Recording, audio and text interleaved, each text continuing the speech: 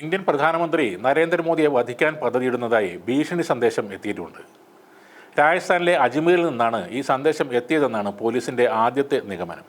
2 ISI ഭീകരർ ഇന്ത്യയിൽ നുഴഞ്ഞുകയറിയിട്ടുണ്ടെന്നും ഇവിടെ സ്ഫോടനം നടത്താൻ അവർ പദ്ധതിയിടുന്നുണ്ട് എന്നുമായിരുന്നു ഭീഷണി സന്ദേശം. പ്രധാനമന്ത്രിയെ വധിക്കാനാണ് ഇവരുടെ ലക്ഷ്യമെന്നും ആ സന്ദേശത്തിൽ പറയുന്നുണ്ട്. സംഭവത്തിൽ FIR രജിസ്റ്റർ ചെയ്ത് അന്വേഷണം ആരംഭിച്ചതായി പോലീസ് പറഞ്ഞു. മുംബൈ ട്രാഫിക് പോലീസിന്റെ ഹെൽപ്പ് ലൈനിലാണ് ഈ വാട്സപ്പ് വഴിയുള്ള സന്ദേശം എത്തിയത്.